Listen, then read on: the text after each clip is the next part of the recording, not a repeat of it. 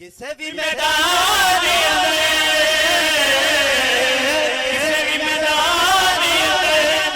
سن لے ہر علی والا علی والا چنگا لگتا علی والا۔ السلام علیکم ناظرین، میں ہوں سید علی حسنین گیلانی اور آپ دیکھ رہے ہیں میرا یوٹیوب چینل۔ ناظرین، آج کی اس ویڈیو میں ہم ڈسکس کریں گے کہ ایک کتاب ہے جس کا نام ہے واقعہ کربلا کی کہانی امام باقر کی زبانی۔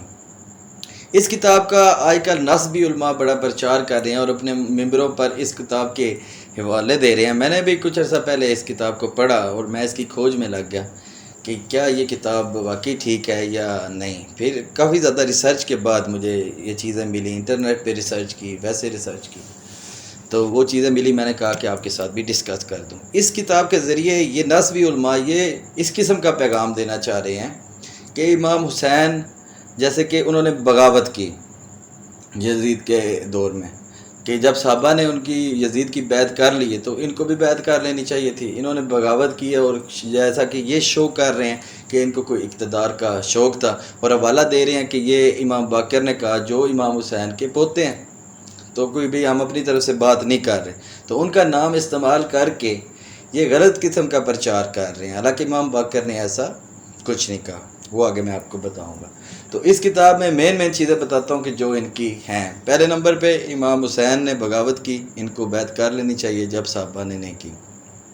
نمبر 2 کہ جب یہ جا رہے تھے تو رستے میں ان کو پتہ چلا کہ ان کے بھائی جو کزن ہے، چچا زاد مسلم بن عقیل، ان کو جو ہے وہ شہید کر دیا گیا، تو انہوں نے سوچا کہ چلو آپ واپس چلتے ہیں، لیکن ان کے بھائیوں نے کہا نہیں ہم بدلہ لیں گے، تو یہ والی ساری کہانی کرائی ہوئی ہے، تو یہ بیان کیا گیا۔ تیسرے نمبر پہ جب یہ پہنچ گئے ادھر کربلا میں، تو اس وقت جب ان کا گھراؤ ہوا ہے تو انہوں نے پھر اس وقت 3 شرطیں رکھی ہیں عبید اللہ ابن زیاد کے سامنے کہ یا تو مجھے واپس جانے دیا جائے مدینہ، یا پھر کسی اسلامی سلطنت کے بارڈر پر بھیج دیں جہاں پہ میں رہ سکوں اور غیر مسلموں کے خلاف جنگ کر سکوں، یا پھر مجھے یزید کے پاس بھیج دیا جائے۔ تو عبید اللہ ابن زیاد نے کہا نہیں جی تم پہلے میری بیعت کرو گے تو پھر جانے دوں گا، یعنی کہ ایک اس قسم کا سینیریو پیش کیا گیا سارا، حالانکہ اس کا حقیقت کے ساتھ کوئی تعلق نہیں۔ اگر امام حسین نے واپس ہی آنا ہوتا وہاں سے تو وہ جاتے ہی نہ، وہ جب گئے ہیں وہ سوچ کے گئے ہیں۔ کیا ان نسبیوں کو نبی پاک صلی اللہ علیہ وسلم کی وہ حدیثیں نہیں یاد جو انہوں نے پہلے ہی امام حسین کے بارے میں بتا دی کہ اس کو فلاں جگہ پر شہید کیا جائے گا، دریا فرات کے کنارے پہ شہید کیا جائے گا، اس کی مٹی نہیں دکھائی، وہ صحیح الاسناد احادیث یہ بھول گئے ہیں۔ تو اس میں جو زکریا بن یحییٰ ہے جس نے یہ سٹارٹ کیا کام سارا، یہ تو راوی مجہول ہے، اس سے تو روایتیں لی ہی نہیں جاتی۔ اس کے علاوہ خالد بن عبداللہ الکسری نامی ایک بندہ، یہ گورنر تھا مکہ کا بنو امیہ کی طرف سے، اور یہ اعلانیہ اپنے ممبروں پر جو ہے وہ حضرت علی کے بارے میں لعن طعن کرایا کرتا تھا۔ تو اس قسم کا یہ شخص تھا اور اس کی آراء پر یہ کتاب لکھی گئی، تو آپ خود سوچ لیں کہ اس کتاب میں کس قدر سچائی ہو سکتی ہے۔ جو لکھانے والا اتنا سخت قسم کا نسبی ہو تو وہ کیا حق بیان کرے گا کہ کیا ہوا واقعہ کربلا میں؟ اس نے تو یہی سائڈ لینی ہے کہ کسی طریقے سے یزید کو بچایا جائے، اور وہی اس کے پیروکار جو نسبی ملا آج کل کے دور کے ہیں وہ بھی یزید کی اسی طرح ہی سائڈ لے رہے ہیں، اور بیان یہ کر رہے ہیں کہ یزید کو تو اس بات کا پتہ ہی کوئی نہیں تھا، یہ تو عبید اللہ ابن زیاد جو ہے اس نے یہ سارا کچھ کرایا، اور امام حسین کو بیعت کر لینی چاہیے تھی۔ جب صحابہ نے بیعت کر لی تو امام حسین نے نہیں کی۔ میں پوچھتا ہوں کہ جب امام حسین نے بیعت نہیں کی تو صحابہ نے کیوں بیعت کی؟ بات تو یہ بھی سوچنے والی ہے نا۔ تو یہ اس طرح کا سینیریو پیش کر کے آ رہے ہیں کہ یزید کو تو پتہ ہی نہیں تھا، وہ تو نہیں قتل کرانا چاہیے۔ چلو جی ان کی بات مان لی، یزید کو پتہ ہی نہیں تھا۔ عبید اللہ ابن زیاد نے حضرت امام حسین کو شہید کرایا، ان کے خاندان والوں کو شہید کرایا، اور اپنے سامنے ان کا کٹا ہوا سر منگایا ہے جی، اور اس قدر تذلیل کی پوری۔ پھر بعد میں یزید کو تو اس بات کا پتہ چل گیا، یہ جو بتاتے ہیں کہ حضرت عمر فرماتے ہیں، یہ بھی یہ ناسبی ملا فرماتے ہیں، بیان کر رہے ہوتے ہیں کہ حضرت عمر فرماتے ہیں کہ دریائے فرات کے کنارے پہ اگر کوئی کتا بھی بھوک سے مر جائے تو قیامت کے دن میرے سے اس بات کے بارے میں پوچھا جائے گا۔